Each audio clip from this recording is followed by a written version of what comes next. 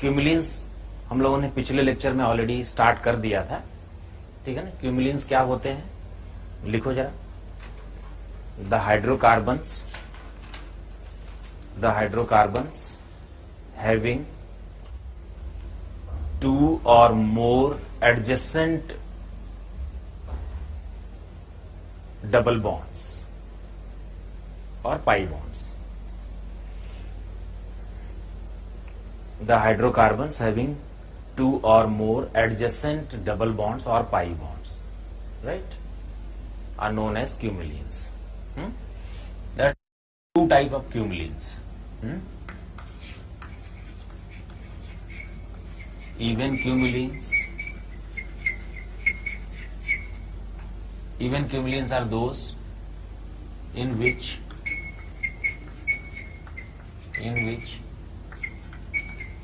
even number of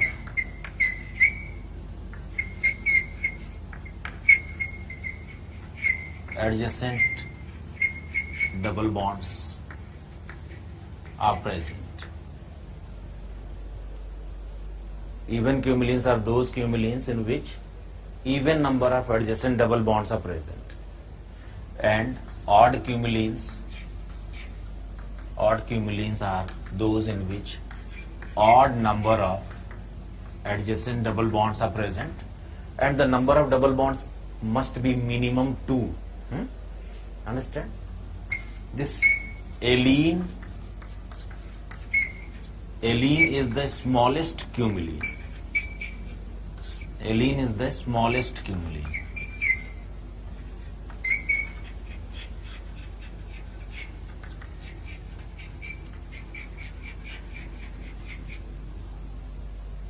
And what do you suppose? Is alene an even cumuline or odd cumuline? Even cumuline, because even number of adjacent pi bonds are present है, ठीक है ना। ये बात समझ में आ रही है। इस एलीन के 3D स्ट्रक्चर के बारे में थोड़ी बात करते हैं, ठीक है ना।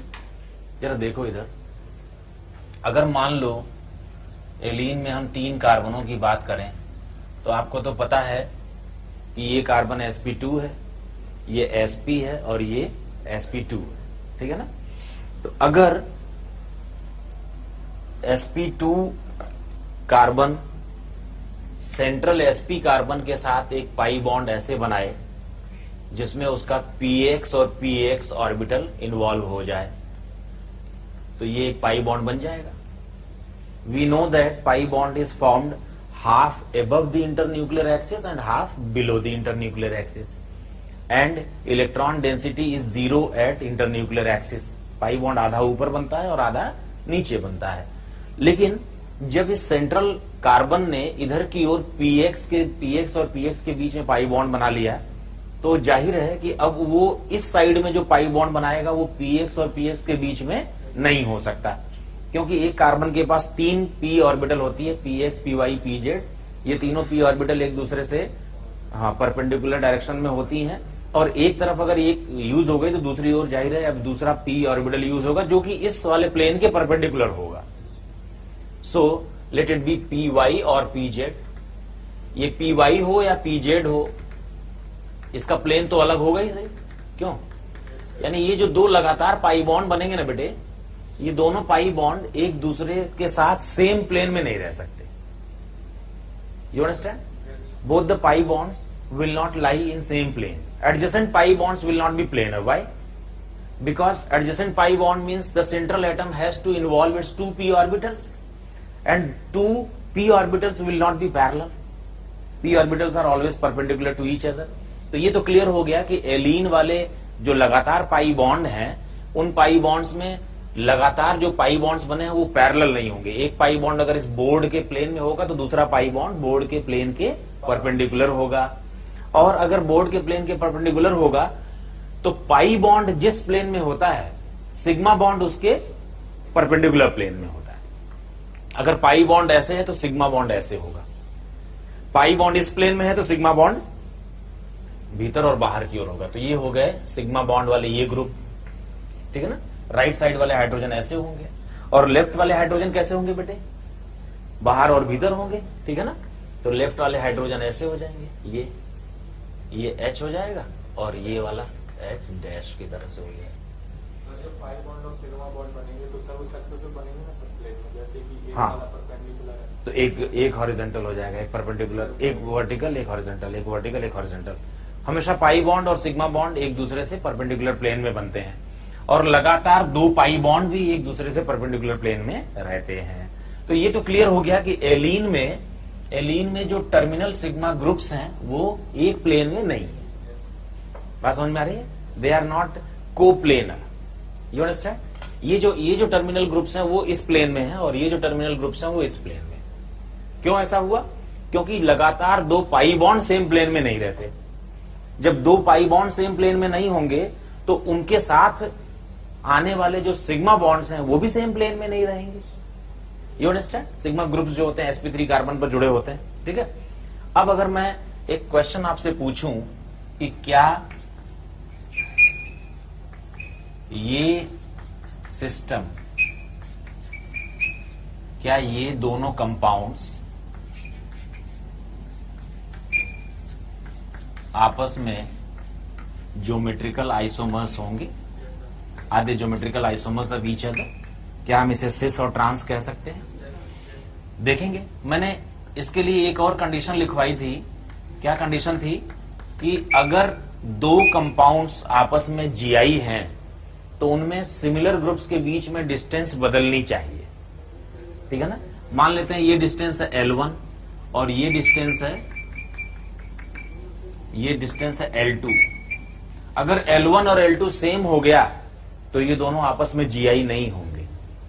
अगर L1 और L2 डिफरेंट हुआ तभी ये दोनों आपस में ज्योमेट्रिकल आइसोमर्स होंगे, ठीक है ना। अब जरा इनका 3D डायग्राम देखो। 3D डायग्राम तो कुछ अलग है। क्यों? 3D डायग्राम तो ऐसे है कि ये जो ग्रुप हैं ये अगर इस प्लेन में रहेंगे तो जो इधर वाले टर्मिनल ग्रुप्स हैं वो इस प्लेन में चले जाएंगे। क्यों बेटे? तब तो ये इस प्लेन में चले जाएंगे ना, ये दोनों प्लेनर नहीं है। इसी तरीके से इसका 3D डायग्राम बनाऊं अगर। See basically the problem with this stereochemistry is that we are dealing with 3 dimensional diagram, 3 dimensional structures on a 2D board. So what I request is that please keep your mental eye open as well, ठीक है ना। यहां पर क्या होगा?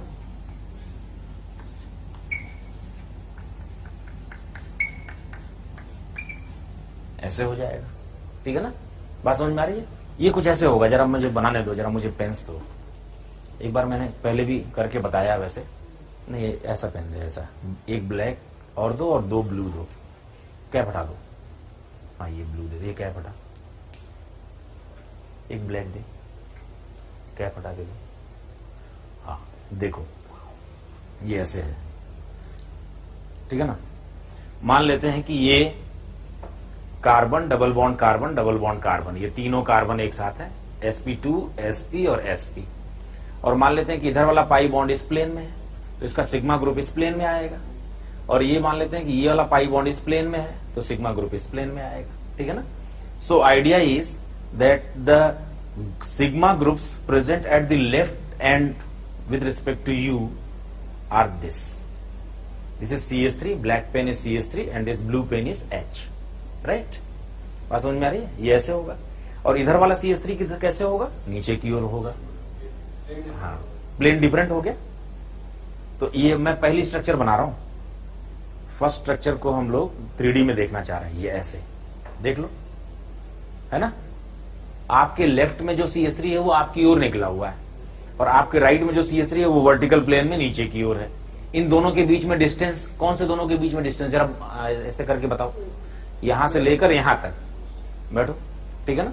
यहां से लेकर यहां तक की जो डिस्टेंस है उसको L1 कहा हम लोगों ने, ठीक है ना। यहां L1 कह रखा है फर्स्ट वाली स्ट्रक्चर में। अब आ जाओ सेकेंड स्ट्रक्चर बना लेते हैं।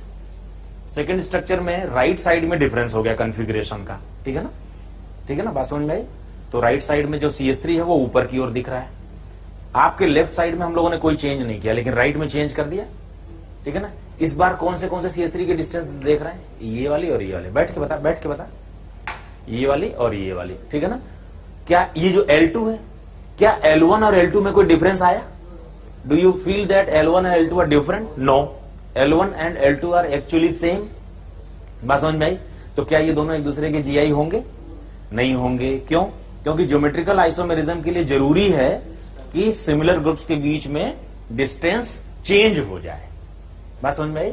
सो basically what we shall write here that since L1 and L2 are equal, so first and second are not GI. L1 and L2 are equal, that's why first and second are not geometrical isomers of each other. नहीं, figure बना के नहीं। अब हमें ये मालूम हो गया कि इवन क्यूमिलीन में ऐसा होता है। भाई आज हम जान गए इस बात को। मैंने आपको पहले भी एक बार बताया था ना कि जितने भी जीव जंतु हैं इस पृथ्वी पर, उनके बच्चों को ईश्वर की ओर से तमाम गुण मिले हुए हैं और उन्हीं गुणों से वो काम करते हैं। जैसे कुत्ते के बच्चे को पानी में फेंक दो, वो तैर कर निकल आएगा। क्यों? क्योंकि उसको ईश्वर की ओर से वो तैरने का गुण पहले से मिला हुआ, जन्मजात। ऐसे बहुत सारे गुण सभी जानवरों के बच्चों को मिले होते हैं। इंसान के बच्चों को ईश्वर की ओर से जन्मजात बहुत से गुण नहीं मिले होते, सिवाय रोने के। वो रोता रहता है, उसको उठा के पानी में फेंको, तैर के निकलेगा क्या? नहीं निकलेगा। ये सबसे बड़ी कमजोरी है। लेकिन इंसानों की सबसे बड़ी ताकत क्या है कि अगर उनको ट्रेनिंग दे दो, उनको एक बार सिखा दो, तो वो उस हुनर को, उस गुण को कल्पना से परे लेकर जा सकते हैं। ये इंसानों की सबसे बड़ी ताकत है। ठीक है ना? इसीलिए इंसानों को एक गुरु की आवश्यकता होती है, जो कि मैं हूं। मतलब मैं I am joking, I am no guru. तो मैं ये बताना चाहता हूं कि आज आपने ये सीख लिया। अब हमें ये मालूम हो गया कि इवन क्यूमिलीन में टर्मिनल सिग्मा ग्रुप्स हमेशा अलग अलग प्लेन में रहते हैं। सिंपल। हाँ, अगर वो पूछ ले कि क्या इस मॉलिक्यूल में सारे एटम एक प्लेन में है, तो आप कहोगे नो। ये सवाल पूछा भी जा चुका है, जेई में एक बार आ चुका है इसके बारे में। ये वाला इन्होंने ऐसे सवाल पूछा, उन्होंने 4 ऑप्शन बताया और उसमें लिखा कि mark the option where all atoms are in same plane. उसमें ये वाला आंसर भी था, मतलब ये वाला भी एक ऑप्शन था। तो क्या ये सही आंसर होगा कि सभी एटम सेम प्लेन में है? नहीं। ठीक है, ये हमें मालूम होना चाहिए। मॉलिक्यूल की 3D लुक उसका कैसा है, we have to visualise that. ठीक है ना? ये जो स्टीरियो में केवल यही एक कठिनाई है कि आपको 3D को विजुअलाइज करके चलना है। ठीक है, बोल। अब ऑड वाला देख लेते हैं। क्या हमने ये तय कर लिया, क्या हमने ये जान लिया कि इवन क्यूमिलीन जीआई शो नहीं करेगा? क्यों? क्लियर हो गई बात? लिखो इस बात को। ये लिखा हुआ है, even cumulenes do not show GI. लिख दिया? तो चलो ऑड क्यूमिलीन का एक एग्जांपल ले लेते हैं, फिर वहां देखते हैं कि क्या सीन बनेगा। देखो, इंसानों को हर चीज सीखनी पड़ती है, हर तरह की ट्रेनिंग लेनी पड़ती है। ठीक है ना? और उसके बाद वो परफेक्ट हो जाता है बंदा। पहले तो आपको सीखना पड़ेगा, ट्रेनिंग लेनी पड़ेगी, फिर आपको एक परफेक्ट प्रैक्टिस करनी पड़ेगी। Perfect practice makes you perfect. ठीक है ना? तो ऑड क्यूमिलीन का एक एग्जांपल लेता हूं। मुझे बताओ, अगर मैंने ये ऑड क्यूमिलीन ले लिया,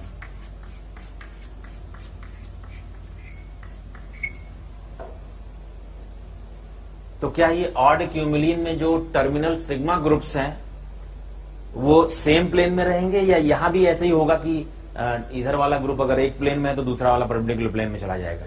सेम प्लेन में रहेंगे। कैसे? मैं दिखाता हूं। देखो कैसे रहेंगे बेटे। अगर मान लो पहले और दूसरे कार्बन के बीच का पाई बॉन्ड इस प्लेन में बन गया, प्लेन में मतलब प्लेन ऑफ द बोर्ड में बन गया। ठीक है ना? तो वो पाई बॉन्ड ऐसा होगा। ठीक है ना? तो जाहिर है कि अब दूसरे और तीसरे कार्बन के बीच का जो पाई बॉन्ड होगा वो इस पाई बॉन्ड के पैरेलल नहीं होगा। समझ नहीं पा रहे हो यार? समझ रहे हो? अगर इसके पैरेलल नहीं होगा तो ये आउट ऑफ प्लेन चला जाएगा। This will be in the perpendicular plane, right बेटा? तो ये वाला पाई बॉन्ड इधर बन जाएगा। ठीक है ना? तो अब जो टर्मिनल पाई बॉन्ड होगा वो फिर से पैरेलल हो जाएगा। मतलब दोनों जो टर्मिनल पाई बॉन्ड्स होंगे वो आपस में पैरेलल होंगे और बीच वाला pi bond out of plane होगा। ठीक है ना? अल्टरनेट पाई बॉन्ड तो पैरेलल हो सकते हैं ना भाई। तो अगर अल्टरनेट पाई बॉन्ड पैरेलल होंगे, अगर ये पाई बॉन्ड इस प्लेन में है, बोर्ड की प्लेन में है, तो क्या इसका जो ग्रुप है वो इस प्लेन में रहेगा, परपेंडिकुलर प्लेन में, बाहर और भीतर? और क्या इसका ग्रुप भी ऐसे ही रहेगा? क्यों? तो क्या हम लोग इस बात से सहमत हैं कि ऑड क्यूमिलीन में terminal sigma group same plane में रहते हैं? और अगर सेम प्लेन में होंगे तो जीआई होगा। क्योंकि उनके बीच में डिस्टेंस चेंज हो जाया करेगी। भाई वहां पर डिस्टेंस चेंज क्यों नहीं हो रही थी? क्योंकि जो ग्रुप्स थे वो एक दूसरे से परपेंडिकुलर प्लेन में थे, तो उनका ओरिएंटेशन चेंज करने के बाद भी उनके बीच की एरियल डिस्टेंस चेंज नहीं हुई थी। यहां तो ऐसा नहीं है ना, यहां तो ये ग्रुप्स जो है वो सेम प्लेन में है, और अगर ये सेम प्लेन में होंगे तो इनके बीच में जो डिस्टेंस होगी वो बदलेगी ओरिएंटेशन बदलने से। तू समझ रहा है?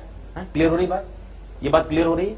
तो जो कंपाउंड, जो ऑड एल्कीन होते हैं, ऑड क्यूमिलीन होते हैं, वो जीआई शो कर सकते हैं बशर्ते कि उनके टर्मिनल कार्बन पर दो डिफरेंट ग्रुप्स लगाए जाए।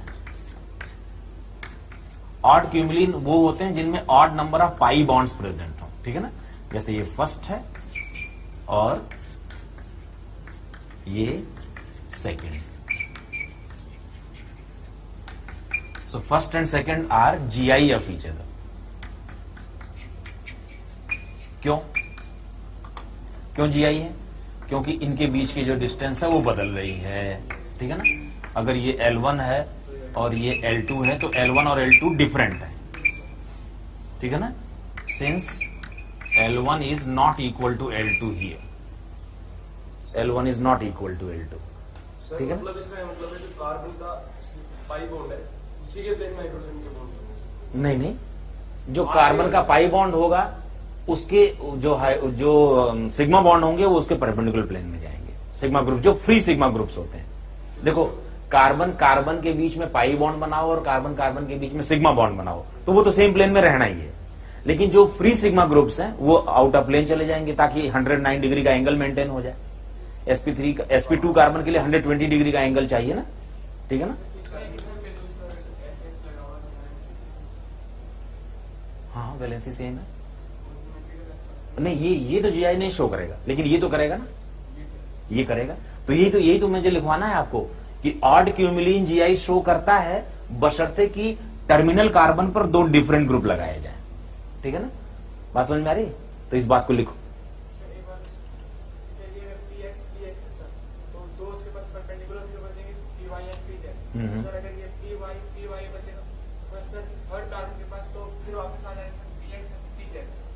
अच्छा, तुम कह रहे हो कि थर्ड कार्बन पे पीएक्स भी आएगा और पीजेड भी आएगा। दो परपेंडिकुलर प्लेन उसके बचेंगे। कोई बात नहीं, दोनों में से कोई भी बन जाए यहां पर, ये तो परपेंडिकुलर रहेगा ना। इस पाई बॉन्ड से ये परपेंडिकुलर रहेगा तो ये दोनों पैरेलल हो जाएंगे। अपना उद्देश्य तो ये है कि ये दोनों पैरेलल हो जाए, मतलब सेम प्लेन में हो जाए। देखो मेरी बात सुनो, ये पाई बॉन्ड अगर इस प्लेन में होगा तो दूसरा पाई बॉन्ड जाहिर है इस प्लेन में जाएगा, ठीक है ना? इस प्लेन में जाएगा तो तीसरा पाई बॉन्ड इस प्लेन में ही रहेगा, चाहे वो पीएक्स को इन्वॉल्व करे या पीजेड को इन्वॉल्व करे। प्लेन तो दो ही है ना भाई, बात समझ में आ रही? पीएक्स को इन्वॉल्व करे या पीजेड को इन्वॉल्व करे, वो इसी प्लेन में रहेगा। तो सिग्मा ग्रुप फिर से इस प्लेन में चला जाएगा।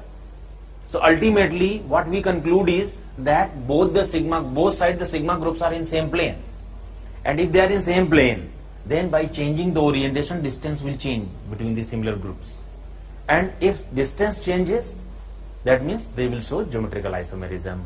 क्योंकि हम लोगों ने एक कंडीशन लिखी है कि जीआई तभी होता है जब सेम ग्रुप्स के बीच में डिस्टेंस चेंज हो जाए। ऐसा सामान्य एल्कीनों में होता है, लेकिन क्यूमिलीन्स में, इवन क्यूमिलीन्स में नहीं होता, ठीक है ना? ध्यान रखना, इवन क्यूमिलीन हम उनको बोलते हैं जिनमें even number of pi bonds हो, कंटिन्यूअस पाई बॉन्ड्स हैं। और ऑड क्यूमिलीन किसको बोलते हैं? जिसमें odd number of adjacent pi bonds हो।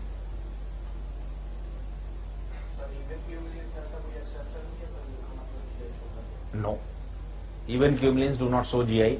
Even cumulins may show OI, optical isomerism, that we shall cover in next chapter.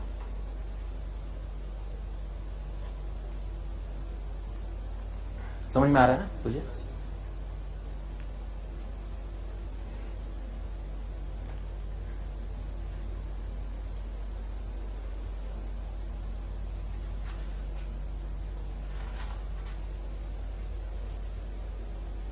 तो हम लोग इस बात को लिखेंगे ना, put a note,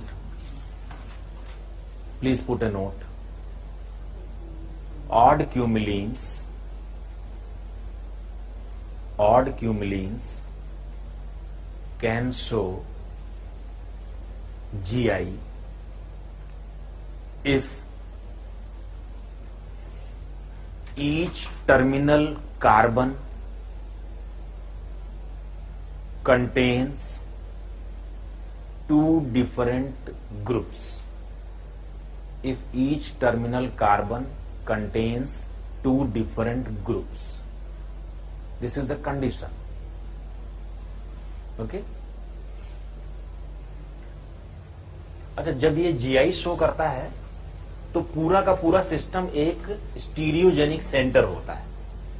stereogenic centre is that centre due to which stereo isomerism is caused. ठीक है ना? जिसकी वजह से स्टीरियो आइसोमेरिज्म होता है, उस सेंटर को हम बोलते हैं स्टीरियोजेनिक सेंटर. जैसे कि डबल बॉन्ड, जैसे कि रिंग. ठीक है ना? तो whole system is a stereogenic centre.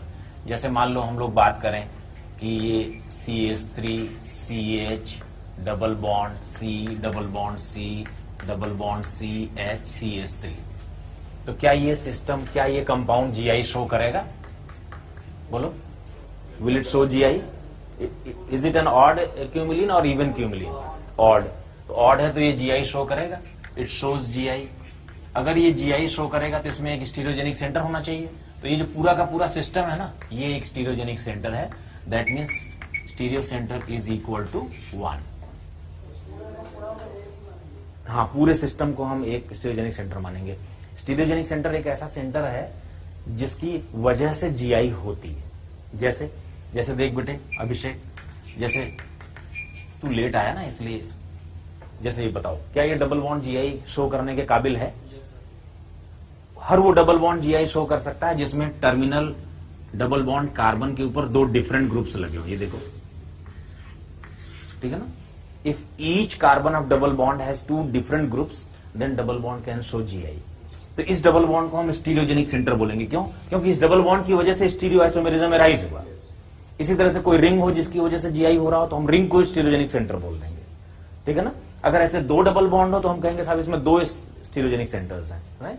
जैसे कि जैसे इसमें देखो CH3 CH double bond, CH2 CH double bond C double bond C double bond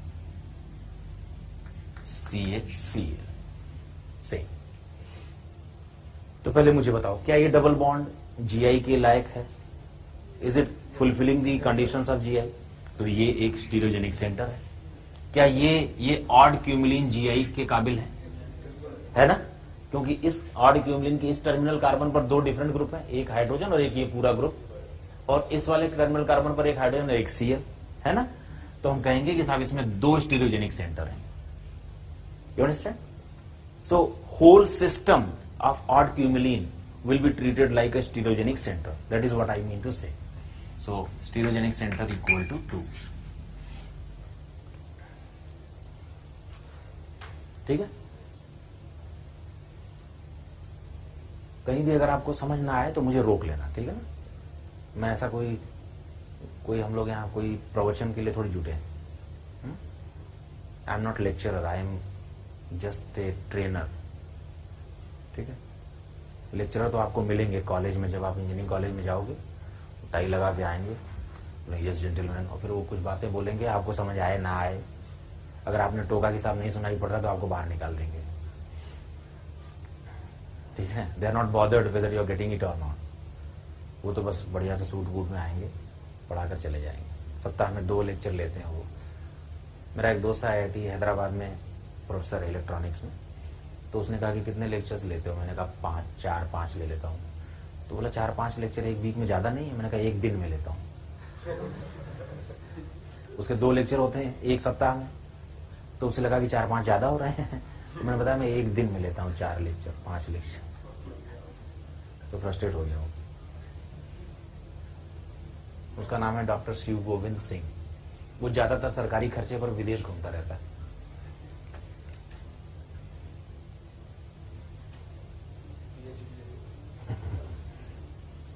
शुरू करें, आगे देखें.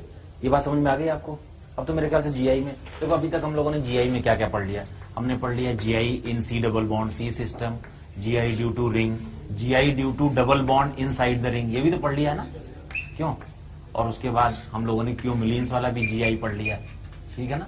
इतना इतना पढ़ लिया है, इतने सिस्टम्स में जीआई कैसे होता है, कैसे देखा जाएगा वो पढ़ लिया, बहुत डिटेल में पढ़ लिया है। मैं तुझे अलग से बता दूंगा, नोट्स कॉपी करा ले, ठीक है। अब हम लोग पढ़ेंगे, अब हम लोग एक सिस्टम चेंज करके पढ़ेंगे, C double bond N system में GI.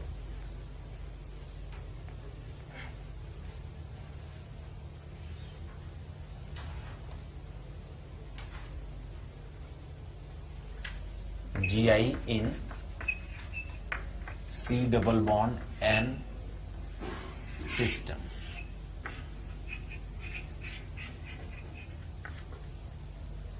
C double bond N system में GI पढ़ना है। सबसे पहले हम ये देखेंगे कि ये C double bond N वाले कंपाउंड्स बनते कैसे हैं। Basically the compounds having C double bond O group are commonly known as carbonyl compounds. इस ग्रुप का नाम भी है कार्बोनाइल ग्रुप, और जिस कंपाउंड में ये ग्रुप होता है उस कंपाउंड को बोलते हैं कार्बोनाइल कंपाउंड है। कार्बोनाइल कंपाउंड्स बेसिकली एल्डिहाइड और कीटोन को ही बोलते हैं। Aldehyde and ketones commonly are known as carbonyl compounds and this group is also called carbonyl group. अगर इसकी रिएक्शन अमोनिया डेरिवेटिव से करवाएं, अमोनिया डेरिवेटिव एक ऐसा कंपाउंड होता है, अमोनिया डेरिवेटिव एक ऐसा कंपाउंड है जिसमें अमोनिया में से एक हाइड्रोजन निकालकर और उसकी जगह एक ग्रुप लगा दिया। अभी मैंने एक कॉमन ग्रुप लगा दिया है, जेड, जनरल ग्रुप लगा दिया है। ये अमोनिया डेरिवेटिव का जनरल फॉर्मूला है, बट हम देखेंगे कि कौन कौन से अमोनिया डेरिवेटिव होते हैं, ठीक है ना। अगर इन दोनों कंपाउंड्स की आपस में रिएक्शन होती है तो H2O निकल जाता है।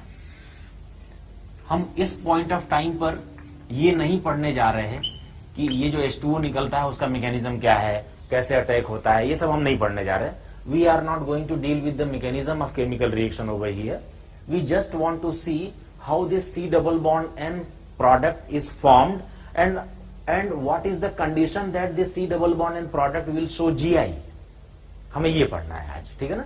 तो देखो, जहां तक नाइट्रोजन का सवाल है, नाइट्रोजन के पास जीआई प्रदर्शित करने के लिए कंडीशन है। Nitrogen is fulfilling the condition for GI because nitrogen has two different groups. Lone pair is also treated like a group. तो नाइट्रोजन के पास दो ग्रुप्स हैं, एक लोन पेयर और एक जेड। अगर इस कार्बन के पास भी दो डिफरेंट ग्रुप्स हो जाएंगे तो ये प्रोडक्ट जीआई शो करेगा, ठीक है ना। तो इस रिएक्शन के बाद बनने वाला प्रोडक्ट जीआई शो करेगा या नहीं करेगा, उसको हम यहीं से देखकर बता सकते हैं। क्या कहते हो, यस और नो।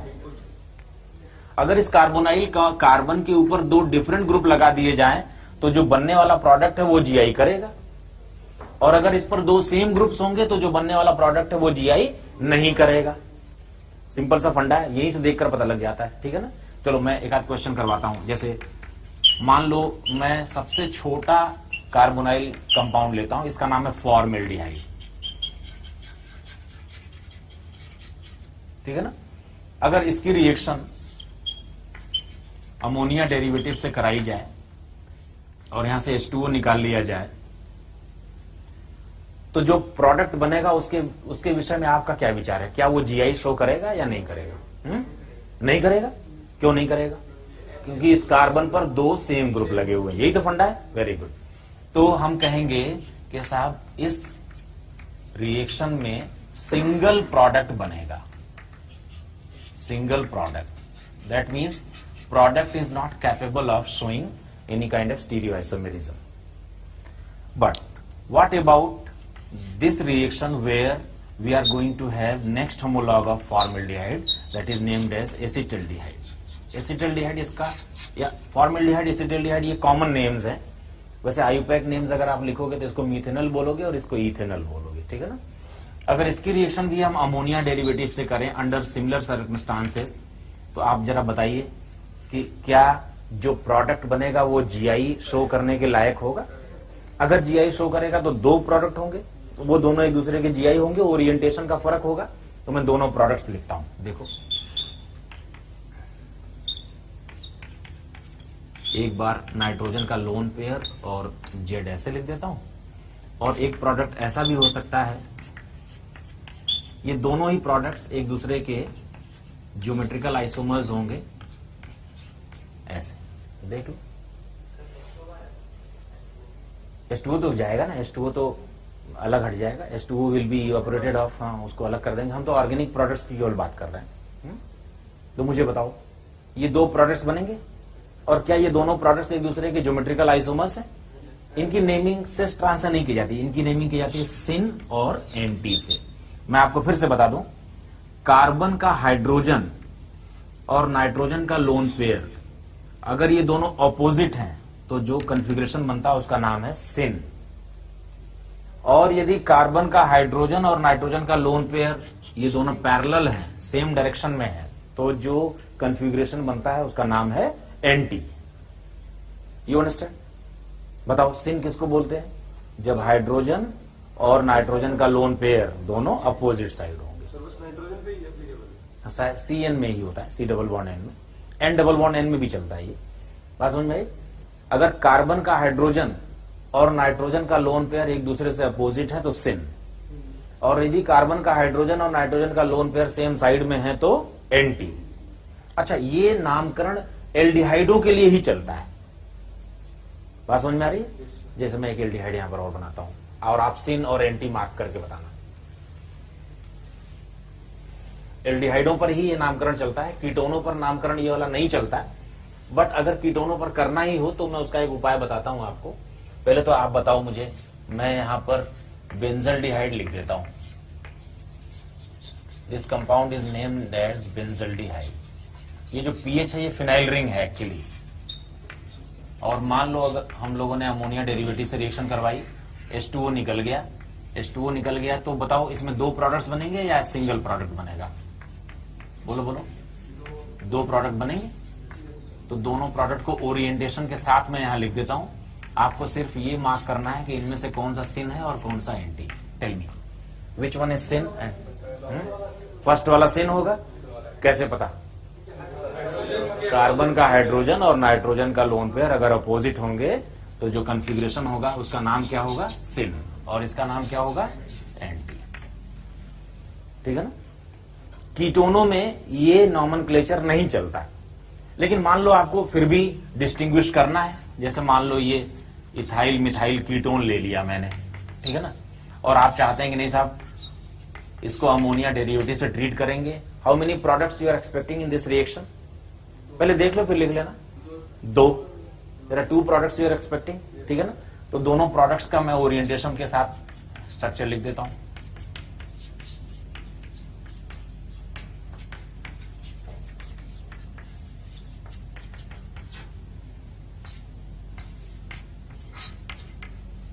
अब अव्वल तो इसमें चलता नहीं है, लेकिन मान लो आपसे कहा जाए नहीं भाई इन दोनों प्रोडक्ट्स को डिस्टिंग्विश करो सिन और एंटी से, तो हमें किसी के रिस्पेक्ट में लेना पड़ेगा।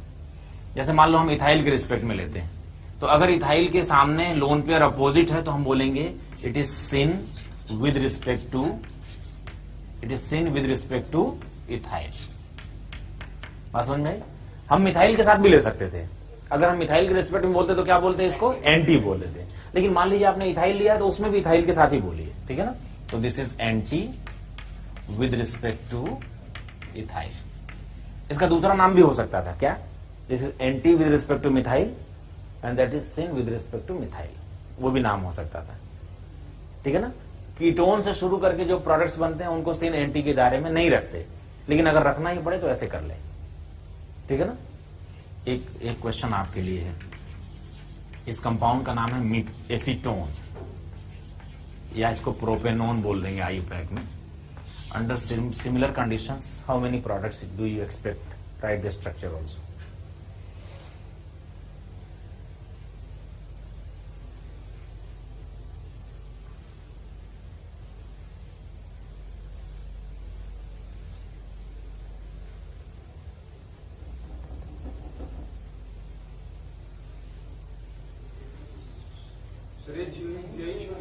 हाँ, ये जीआई शो नहीं करेगा तो कितने प्रोडक्ट्स मिलेंगे? एक मिलेगा। Right right, very good. तो वो एक लिख दो बस।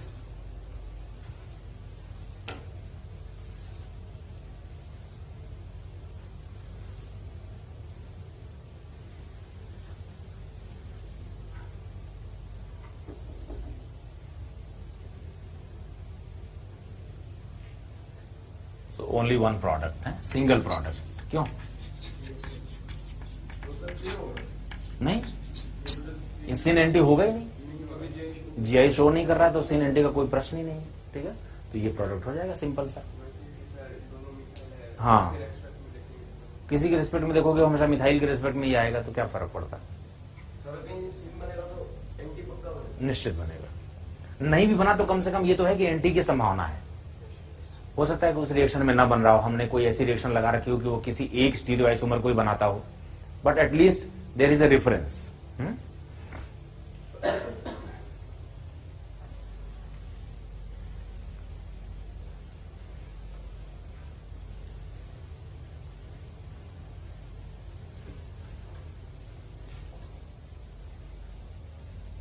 कर लिया?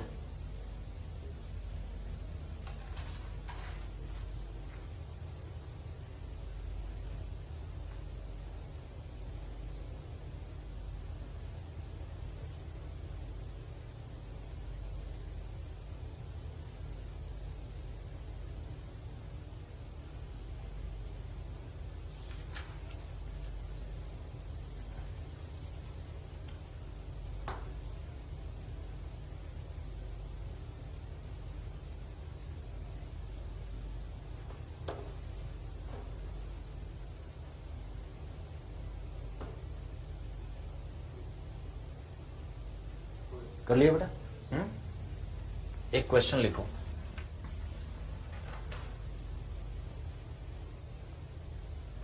अ mixture of smallest aldehyde and its next homologue, I repeat, a mixture of smallest aldehyde and its next homolog is treated with excess of ammonia derivatives. Excess of ammonia derivative NH2Z. Excess of ammonia derivative NH2Z. How many total product? Ammonia derivative NH2Z, उसका formula लिख दिया।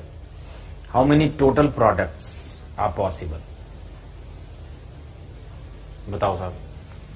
सबसे छोटा aldehyde कौन सा? Formaldehyde. और उसका next homologue कौन सा? एसिटल्डिहाइड। ठीक है, इमीडिएट एडजेसेंट होमोलॉग्स के बीच में एक CH2 का डिफरेंस होता है।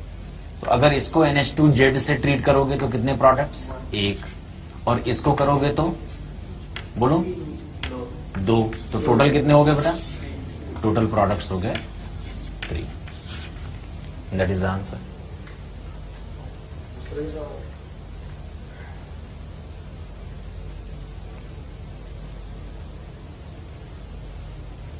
थोड़ा अमोनिया डेरिवेटिव्स के बारे में पहले बता देता हूं, कितने तरह के होते हैं।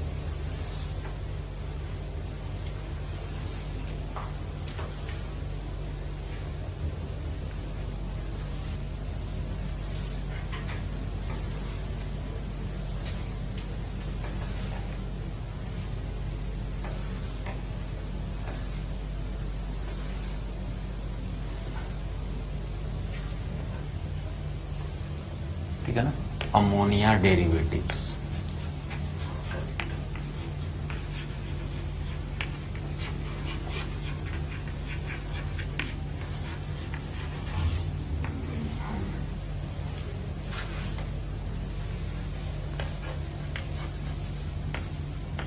NH2Z।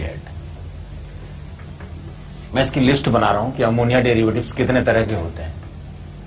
जैसे अगर कार्बोनाइल कंपाउंड से हम NH2OH की रिएक्शन करवाएं, इसका नाम है हाइड्रोक्सिलेमीन।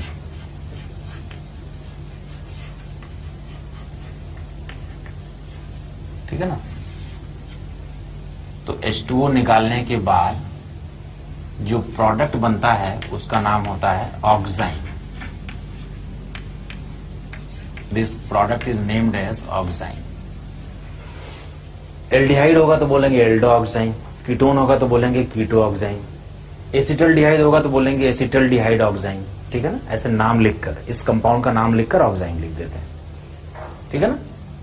अच्छा, हमें ये मालूम होना चाहिए कि हाइड्रोक्सिलेमीन से जो प्रोडक्ट बनता है उसका नाम होता है ऑक्साइम, क्योंकि क्वेश्चन में पूछते हैं how many oximes will be formed, so we should know that oximes are basically the products formed by treating with hydroxylamine, right. अगर एक और अमोनिया डेरिवेटिव है, देखो हर बार हम लोग अमोनिया डेरिवेटिव में जेड की जगह एक नया ग्रुप रख देंगे ना, जेड की जगह OH रखा तो हाइड्रोक्सिलेमीन, जेड की जगह NH2 रख दें तो इसका फॉर्मूला होता है NH2NH2 and this compound is known as hydrazine, ठीक है ना। और इससे जो H2O निकालकर जो प्रोडक्ट बनता है उसको बोलते हैं हाइड्रोजोन। ये प्रोडक्ट्स GI शो कर सकते हैं बशर्ते कि कार्बोनाइल कार्बन पर 2 डिफरेंट ग्रुप्स लगे हों, ठीक है ना, कंडीशन वही है। This product is named as hydrazone, right. Similarly carbonyl compound can react with another ammonia derivative named as phenyl hydrazine.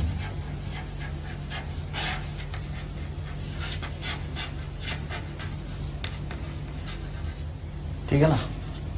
और इससे जो प्रोडक्ट बनता है उसका नाम है phenyl hydrazone.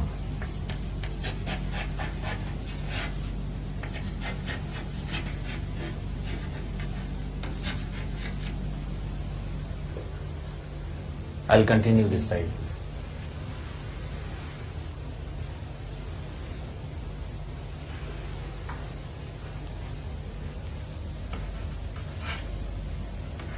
Another ammonia derivative is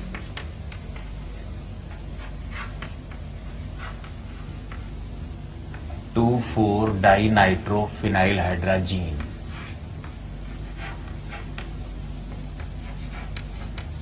It is named as 2,4-dinitrophenylhydrazine. In short, it is also named as 2,4-DNP. It is a laboratory reagent. Basically, when reaction occurs, it forms an yellow-orange precipitate.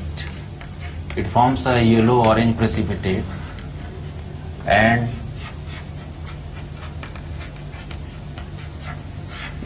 this reaction is used as lab test for carbonyl compounds.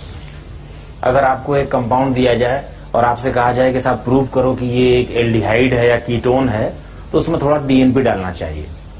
DNP डालते ही yellow orange precipitate आ जाएगा, confirm हो जाएगा, ठीक है ना। So this ये है ना 2,4-dinitrophenylhydrazine, शॉर्ट में इसको DNP बोलते हैं। तो जो प्रोडक्ट बनेगा वो GI भी शो कर सकता है और साथ में ही वो जो प्रोडक्ट है वो प्रेसिपिटेट भी है जो कार्बोनाइल की प्रेजेंस को भी कंफर्म करवाता है, ठीक है ना। अपना कंपाउंड यदि एल्डिहाइड या कीटोन होगा तो उसमें DNP डालने से येलो ऑरेंज प्रेसिपिटेट आएगा। This reaction is used like a lab test in practical organic chemistry. तो हम POC पढ़ने वाले हैं, प्रैक्टिकल ऑर्गेनिक केमिस्ट्री, तो हम ये सब बातें आपको फिर से बताऊंगा, ठीक है ना।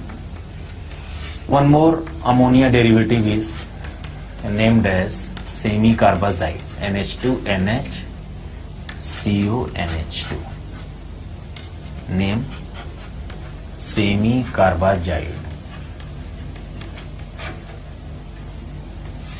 On reaction, it forms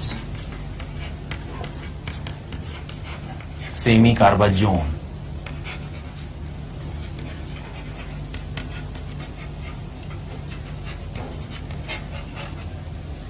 अच्छा, इन सब चीजों को याद रखने की कोई जरूरत नहीं है, क्योंकि वो तो रिएक्शन अधूरी रिएक्शन खुद देते हैं ना। वो तो ये रिएक्शन लिखकर बोलेंगे प्रोडक्ट बताओ, तो आप ऐसे H2O निकाल कर प्रोडक्ट बना देना। अगर वो बोलेंगे भाई इसका प्रोडक्ट बताओ, तो आप H2O निकाल कर डबल बॉन्ड से नाइट्रोजन को चिपका दो। फिर वो बोलेंगे प्रोडक्ट में GI होगा या नहीं होगा, तो वो तो देखकर बता दोगे। So like you don't have to mug it up please. ये सब याद रखने की कोई जरूरत नहीं, बस ये याद रखो कि हाइड्रोक्सिलेमीन से जो प्रोडक्ट बनेगा उसका नाम ऑक्साइम होगा, और जो हाइड्रोजीन से प्रोडक्ट बनेगा उसका नाम हाइड्रोजोन होगा। बाकी सारे हाइड्रोजोन ही है, देख लो, ठीक है ना। उसका नाम है 2,4-dinitrophenylhydrazone, उसका नाम है फिनाइल हाइड्रोजोन, उसका नाम हाइड्रोजोन है, प्रोडक्ट्स की बात करें अगर तो, ठीक है ना। ये सेमी कार्बोजोन है, ठीक है। तो आपको ये सब रटने की जरूरत नहीं है, आपको सिर्फ ये याद रखना है कि अगर C डबल बॉन्ड O की रिएक्शन अमोनिया डेरिवेटिव से होगी तो H2O निकालकर नाइट्रोजन को चिपका दो डबल बॉन्ड से, दैट्स इट। फिर ये चेक कर लो कि जो प्रोडक्ट है वो GI करेगा या नहीं करेगा। सर ये सब सिंगल प्रोडक्ट दे रहे हैं? नहीं, अभी हमें पता नहीं है ना, क्योंकि हमने कार्बोनाइल कंपाउंड को स्पेसिफाई नहीं किया है। हमने तो केवल ये कहा कि भाई ये ग्रुप होगा, ऐसे रिएक्शन होगी, लेकिन हम लोगों ने एग्जैक्ट कौन सा कार्बोनाइल कंपाउंड लिया ये पता नहीं है। ये पता लग जाएगा तो बता देंगे। Right right. जैसे कि मैं अभी एक क्वेश्चन करवाऊंगा,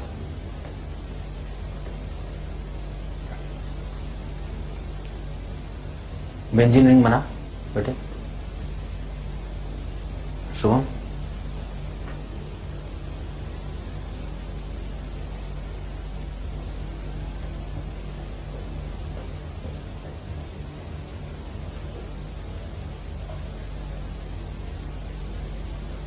समझ में तो आ रहा है ना, कोई प्रॉब्लम तो नहीं है?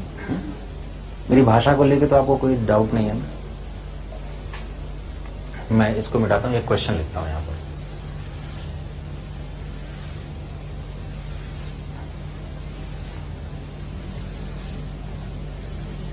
मेरी शक्ल को लेके तो आपको कोई संशय नहीं है? अब वो तो ऐसी ही रहेगी, अब झेलना पड़ेगा। देखो मैं एक क्वेश्चन लिखता हूं, each of the following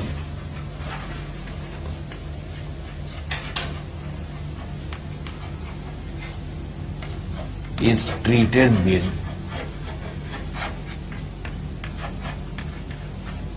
NH2OH. How many oxime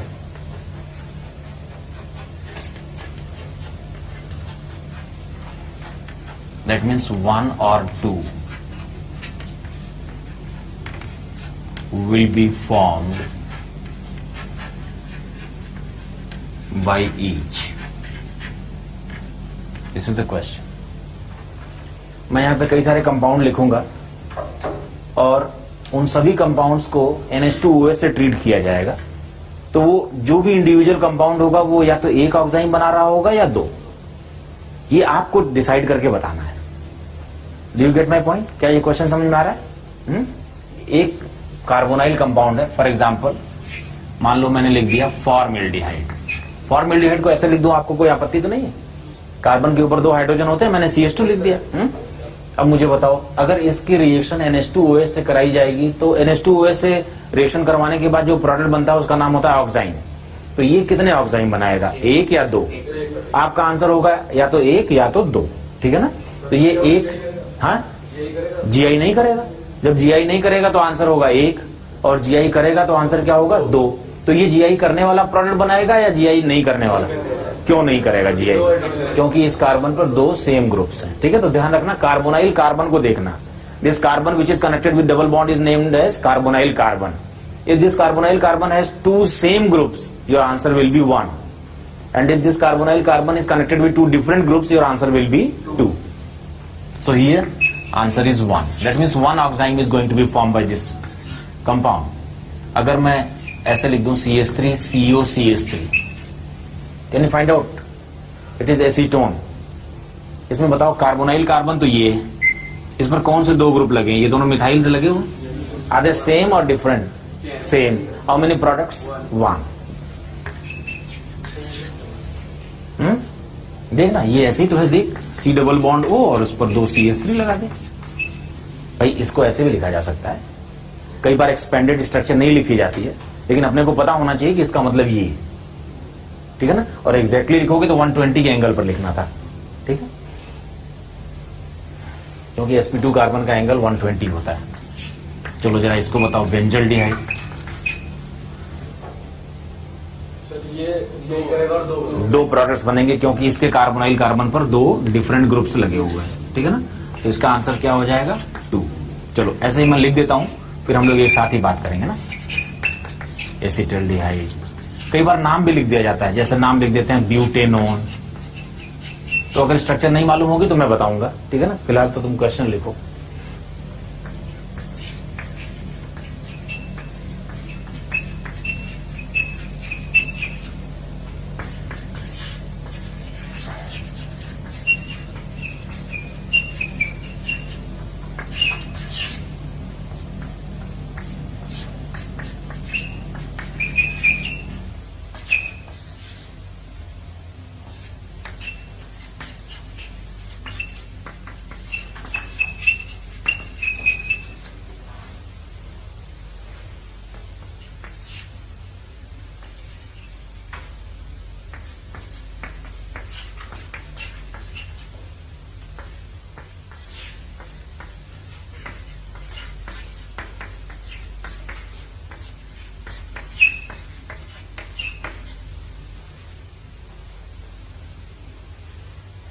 These are the compounds, and we have to basically mention whether each of these compounds is going to form one oxime or two on treatment with hydroxylamine. जिनके नाम लिखे हुए हैं उनकी structure मैं बता दूंगा in case if you don't know.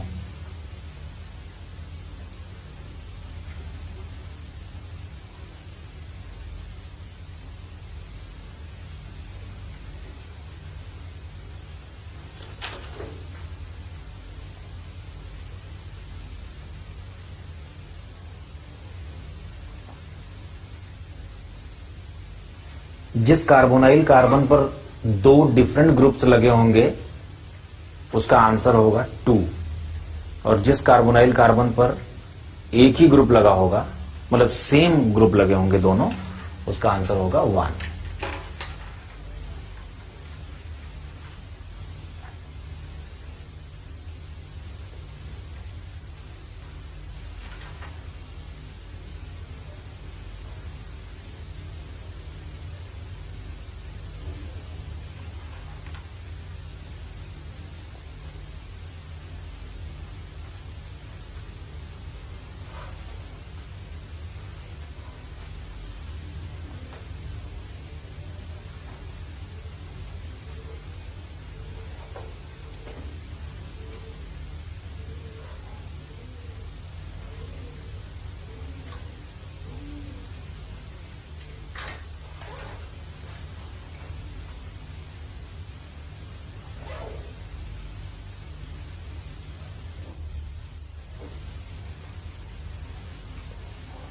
क्या मैं पूछूं?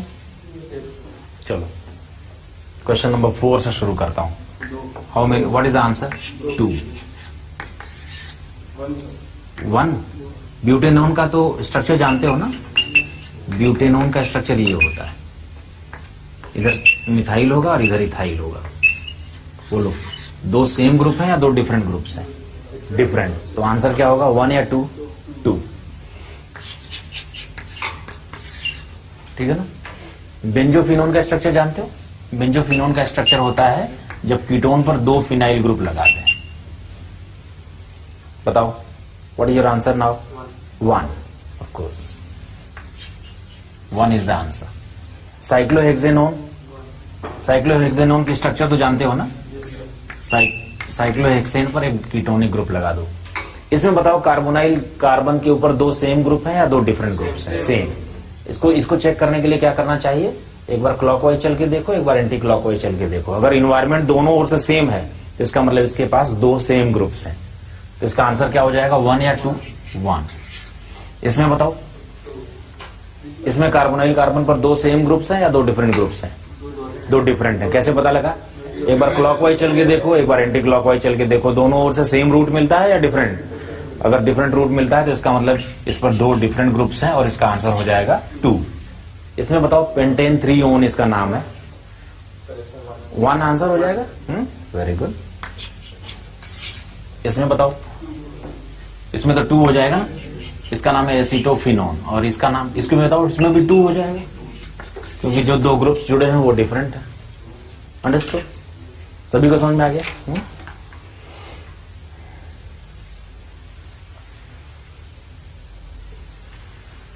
किसी को भी डाउट है तो मुझे रोक लो.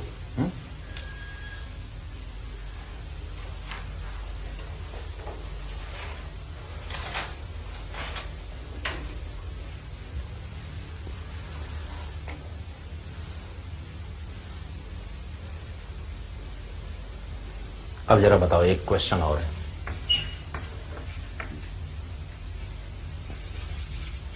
इस कंपाउंड का नाम है butane diol. This is named as butane diol. ठीक है ना? इसकी रिएक्शन NH2OH से कराई जाती है. एक्सेस में ले रखा है हाउ मेनी डाइऑक्साइड्स.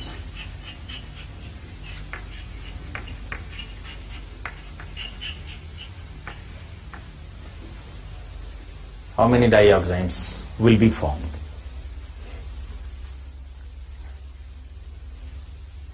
भाई दो CHO ग्रुप है तो दोनों जगहों पर C double bond NOH, C double bond NOH आ जाएगा.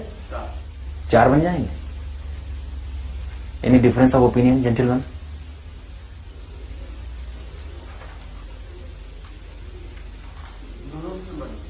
दोनों पर एक साथ बनेंगे, ऑफ कोर्स डाइऑक्साइम बनेगा ना।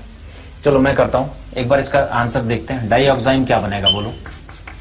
NOH है, देख यहां देखते हैं, और NOH, यही तो बना डाइऑक्साइम।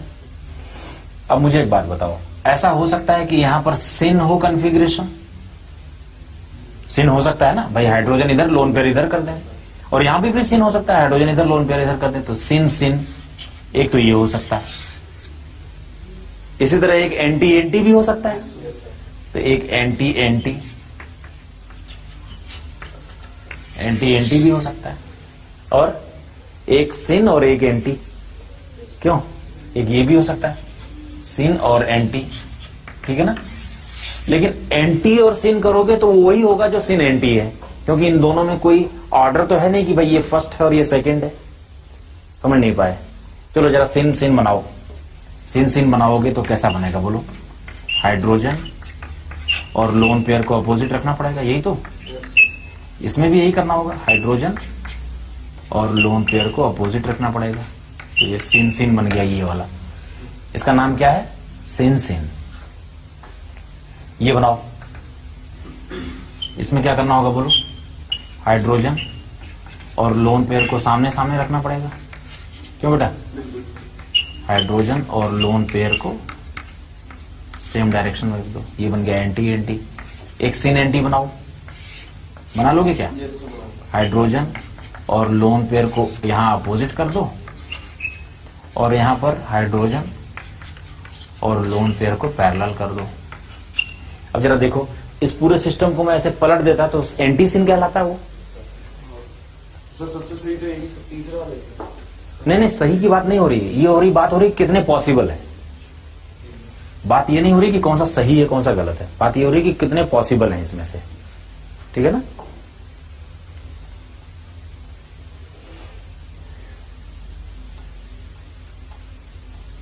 ठीक है, तो 3 पॉसिबल हैं, कर लोगे क्या?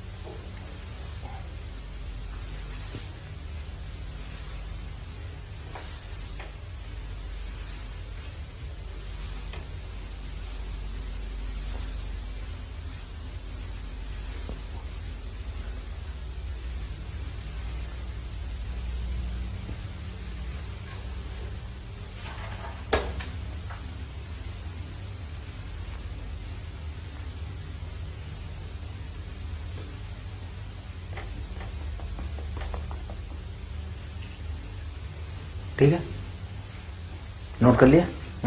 एक क्वेश्चन और लिखो।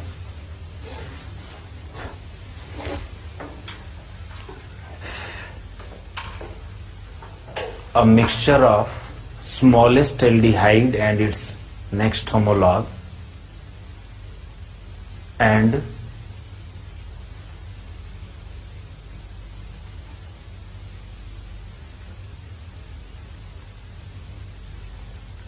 smallest acyclic ketone, acyclic means open chain, okay, and smallest acyclic ketone and its next homologue I repeat, a mixture of smallest aldehyde and its next homologue and acyclic ketone and its next homologue is treated with excess of hydroxylamine. Is treated with excess of hydroxylamine.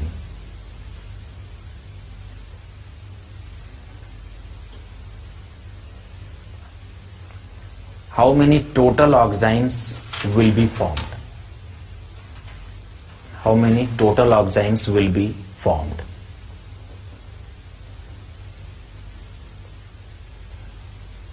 इसका आधा question हम पहले भी कर चुके हैं. How many total oximes will be formed? Tell me, gentlemen. Question समझ में आया? सबसे छोटा एल्डिहाइड और उसका होमोलॉग प्लस सबसे छोटा कीटोन और उसका होमोलॉग, ये 4 कंपाउंड्स का मिक्सचर है. ठीक है ना. और NH2OH से ट्रीट करेंगे तो सभी से ऑक्साइम बनेंगे. किसी से 1 बनेगा, किसी से 2 बनेगा. टोटल गिन के बता दो बस. सबसे छोटा एल्डिहाइड कौन सा होगा बोलो? फॉर्मल्डिहाइड, जिसका फॉर्मूला होगा CH2 डबल बॉन्ड OH. देखते हैं. और उसका जो नेक्स्ट होमोलॉग होगा वो कौन सा होगा? एसिटल्डिहाइड. ठीक है ना. और सबसे छोटा ओपन चेन कीटोन कौन सा होगा? एसीटोन. है बेटा. असाइक्लिक, स्मॉलेस्ट असाइक्लिक कीटोन तो यही है ना. असाइक्लिक लिखा है मतलब ओपन चेन है. और इसका नेक्स्ट होमोलॉग क्या होगा बोलो? एक CH2 इसमें लगा दो. और क्या होमोलॉग बनाना हो तो एक CH2 बीच में लगा दो. चलो बताओ, इससे NH2OH को ट्रीट करेंगे तो कितने ऑक्साइम बनेंगे? 1. इससे करेंगे तो 2, इससे करेंगे तो 1 और इससे करेंगे तो 2. टोटल बोलो 6. शुभम, तुमने कहां पर एक कम किया? अरे लाल, ऐसा मत करो. अच्छा ऋषु, सॉरी. शुभम तो आया नहीं ना. नाम को लेकर मैं कंफ्यूज हो जाता हूं. ठीक है. Total 6 oximes are formed. दोनों सेट में 3-3 मिलेंगे ना. तो ये समझ में आ रहा है ना? कोई दिक्कत तो नहीं हुई? मेरे ख्याल से ऑक्साइम्स का तो हो जाएगा. एक होमवर्क है आपके लिए. ये साइक्लोहेक्सेन ट्राइओन 135 ट्राइओन है. ये इसका NH2OH से ट्रीटमेंट करते हैं. 3 मोल्स ले लिया ताकि ये पर्याप्त मात्रा में रहे. How many ट्राइऑक्साइम्स?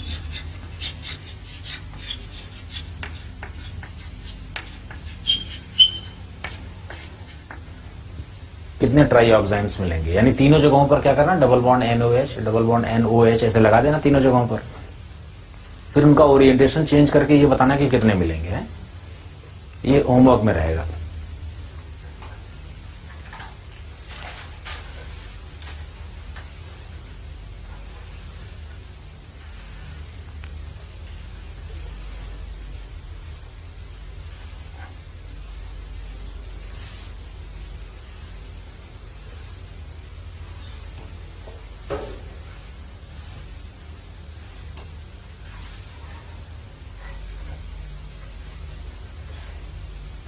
GI in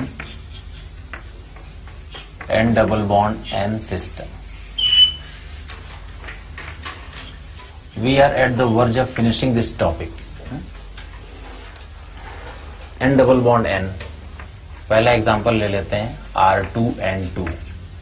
इसको बोलते हैं एजो अल्केन.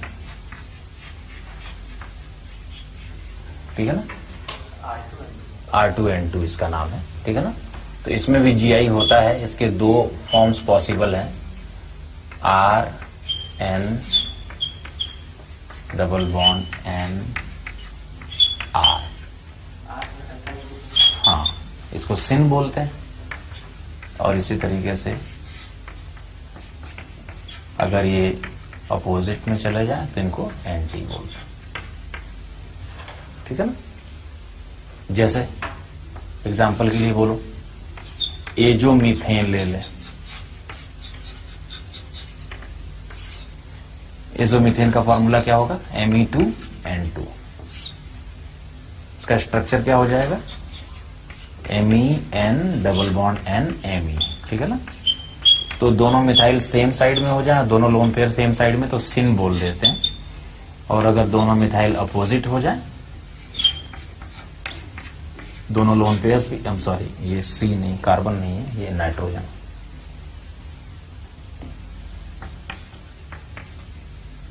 और दोनों लोन पेयर अपोजिट हो जाएं तो इसको एंटी बोल देते हैं। इसी तरह एक और कंपाउंड है, नाम है एजोबेंजीन।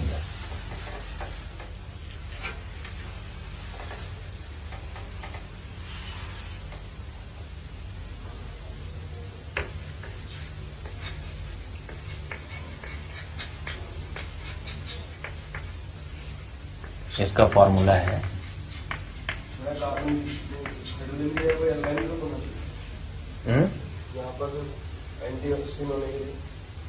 नहीं, अगर इलेक्ट्रॉन सेम साइड में हो तो सिन, और अगर अपोजिट हो तो एंटी। इलेक्ट्रॉन से देख लेंगे, जब दोनों नाइट्रोजन पर इलेक्ट्रॉन्स है। इसका भी, इसको भी बना दो।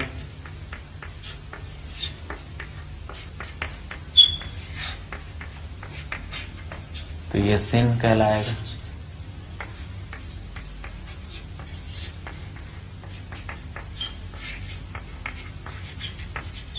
और ये एंटी कहलाएगा। ठीक, ये सिन है और ये एंटी है। एन डबल बॉन्ड एन वाले सिस्टम पर भी जीआई संभव है इसी तरीके से।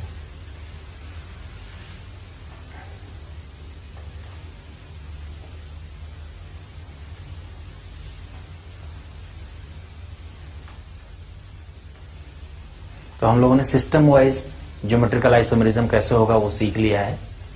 सी डबल बॉन्ड सी सिस्टम पर ज्योमेट्रिकल आइसोमेरिज्म, क्यों?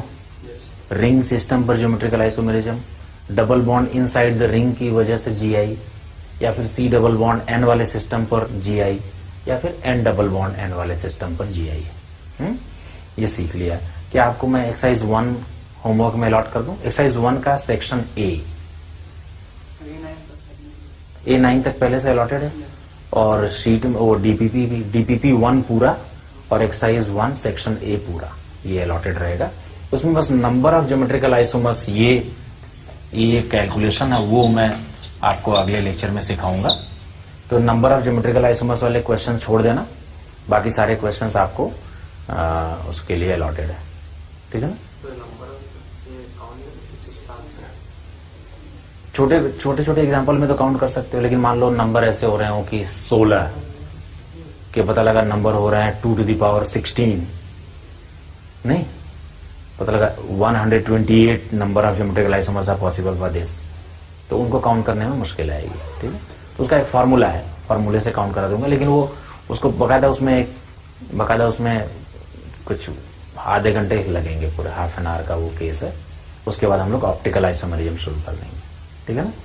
तो नेक्स्ट टर्म पे जीआई को कंप्लीट करेंगे, जीआई के सारे क्वेश्चंस आप करके आएंगे, सिर्फ वो काउंटिंग वाले छोड़कर, नंबर ऑफ ज्योमेट्रिकल आइसोमर्स वाले क्वेश्चन छोड़कर बाकी सारे क्वेश्चन कर लेंगे आप।